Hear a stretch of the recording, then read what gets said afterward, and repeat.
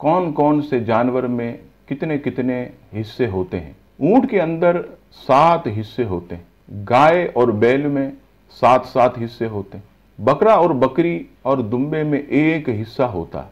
यहाँ ये भी बात याद रखिएगा कि एक घर के अंदर 3 या 4 साहिब निसाब होते हैं। बीवी भी साहिब निसाब है, शोहर भी साहिब निसाब है, माँ भी साहिब निसाब है, वालिद भी साहिब निसाब है।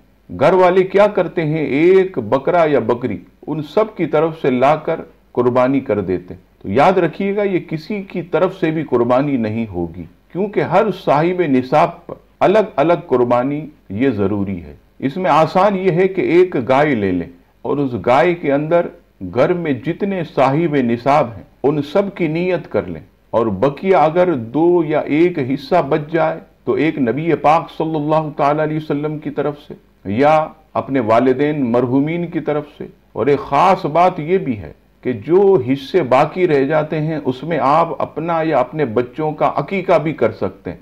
और अकीके के लिए याद रखिएगा कि लड़के के लिए 2 हिस्से सुन्नत और लड़की के लिए 1 हिस्सा सुन्नत। लेकिन अगर कोई लड़के के लिए 1 हिस्सा भी अकीके का करे तो अकीका अदा हो जाएगा, और लड़की के लिए 1 ही हिस्सा है। तो अगर गाय या बैल में या ऊंट में निसाब के बाद यानी जितने लोगों पर कुर्बानी वाजिब थी उन साहिब निसाब के हिस्से निकालने के बाद कुछ हिस्से बच जाएं तो आप उसमें अकीका भी कर सकते हैं, और अपने मरहूमीन के लिए उनके ईसाल सवाब के लिए भी आप नियत कर सकते हैं। अल्लाह तबारक व तआला हम सबको मसाइल दीनिया समझने की तौफीक अता फरमाए। आमीन।